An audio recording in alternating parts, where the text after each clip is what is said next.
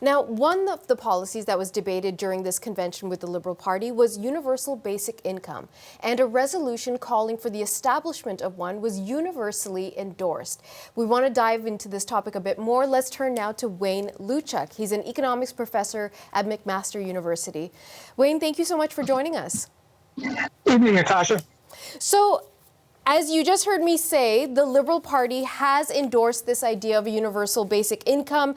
77% of the delegates, the Liberal members that were there, said that they are calling on Canada to have a universal basic income to help people get off the poverty line and to break this cycle of poverty. I wonder what's your reaction to that? Well, I think that's very interesting news. Certainly, basic income has been circulating around policy circles for a number of years now. It certainly has picked up steam as a result of the pandemic.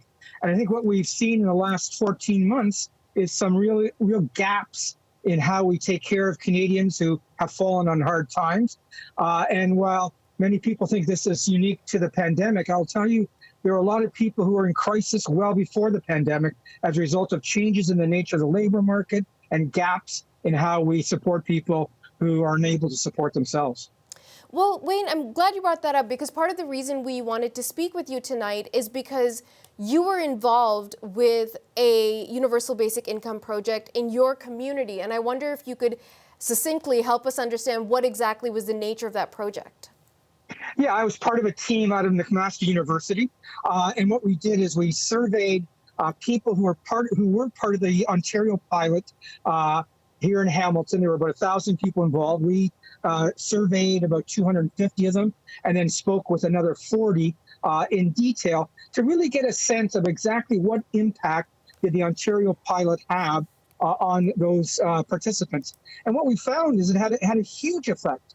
Certainly had a big effect on those people who relied on traditional social support, like on the Ontario Disability Support Program. They reported better mental health, better physical health, better lifestyle choices in terms of less drinking, less smoking, and eating better. But that wasn't the most surprising result, because that's what you would expect if you give people a little bit more money. The more surprising result is those people who were not relying on social support, but those people who were in the margins of the labor market, in insecure employment, precarious employment, in the gig economy, working through temp agencies. They were the ones who reported the biggest gains in health and the biggest gains in the outlook on life. I think what that suggests is Ontario basic income is more than just a supplement to the social welfare system. It really is a modern labor market institution for a modern labor market that has changed quite significantly in the last 30 or 40 years. You've mentioned this issue of change a couple of times, Wayne. I wonder if you can help us understand, because a lot of people are going to be listening and saying, this is an excuse for people to not work hard, and we've been able to have jobs and we've been able to earn a living, so why do you need a support system like this? Yeah, I think two things I would say to that. First of all, there is not a scrap of evidence that suggests giving people $20,000 a year results in them withdrawing from the labor market.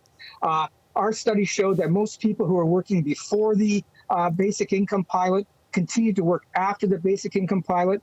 Some people went back to school with the expectation of re-entering the labor market at a higher level. And so there's just no evidence, and there's not been a single study of a basic income pilot that shows that people withdraw from the labor market for $20,000 a year.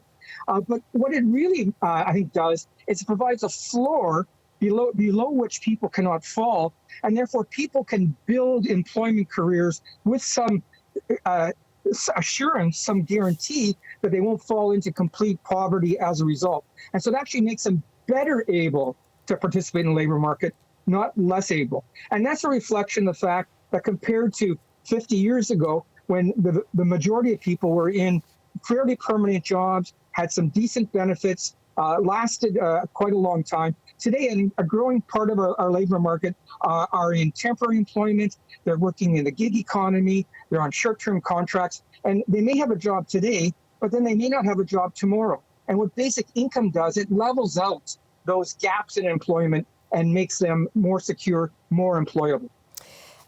We've already heard from the Conservatives on this issue of universal basic income, and they have said, quote, it's a risky and unknown experiment that will leave millions more Canadians behind.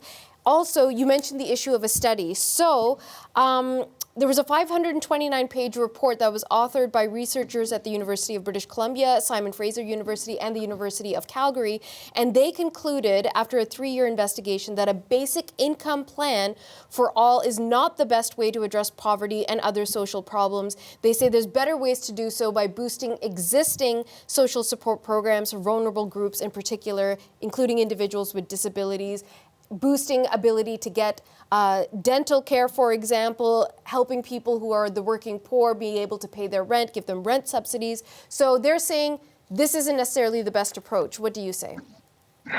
Yeah, well, if you read between the lines of those 529 pages, you can see some of the assumptions they made that really make it unlikely that the basic income model they're proposing is realistic. They just weren't able to factor in some of the savings one would have if you introduce basic income. I think that's the first thing. The second thing, nobody is suggesting that giving people $20,000 a year eliminates the need for all the other kinds of supports that people will need. We do need a national dental plan. We do need a national pharma plan. We do need to do something about housing. Again, I mean, $20,000 a year is not going to give you much accommodation in a place like Toronto or even Hamilton now. And so we need a whole suite of policies. What I think the people who support basic income suggest is that what it does is it eliminates the troughs in people's labor experiences. And sometimes when people fall into those troughs, when they lose a job, when they don't have employment for a number of months, they can continue to fall, and it sort of compounds itself. And then they have trouble getting back into the labor market. So they're quite right. We've never seen a massive basic income program in a country, but we've done a number of studies, and all of them show very positive effects. The federal government has just put out a report that suggests, look, this is a realistic option. The costs are not completely abnormal as long as the provinces and the federal government coordinate their approach and they make the savings they can when a basic income is introduced. Wayne, we have discussed policy, we have discussed an academic bit of research, but I wonder if you can help us put a human face to this. If the economy keeps changing the way you're suggesting that it is, and it has for the past 30 years, if we move closer and closer towards gig and temporary economies and jobs, and closer towards automation, what does this mean for the average working individual? What would a universal basic income give them? Well, it gives them some assurance that in hard times, there's something there to backstop them. I mean, much like what has happened during the pandemic. The CERB, in fact, is a basic income program. And what it did is it guaranteed that people wouldn't lose their houses, would be able to put food on the table, would be able to maintain their mental and physical health so they could continue in the labor market in the future. So I think for a large number of people, this isn't just people who are in poverty right now, it's people who might be in poverty in a month or a year because the job they have right now disappears in a month or a year. So I think this is something that probably could benefit probably the bottom half of the population, but it also would begin reversing a trend that has been really strong in the last 30 or 40 years to change the distribution of income in a way that's increasingly less fair. Those people at the top are claiming a much bigger share of the income. Those people at the bottom are getting much less. And a basic income can be one small measure towards that. But it's not the only small measure. I think we need better labor laws that allow people to organize unions. I think we need these other kinds of social supports that we talked about, dental plans, drug plans, etc., to give Canadians a better standard of living. You know, we're getting richer every month. In our economy, even during the pandemic, the productivity is going up, and yet most people don't feel richer. And I think there's a problem with how our society and how our labor market's organized at the present moment. Okay, Wayne Lewchuk, an economics professor at McMaster University. Thank you so much for your time, sir. My pleasure.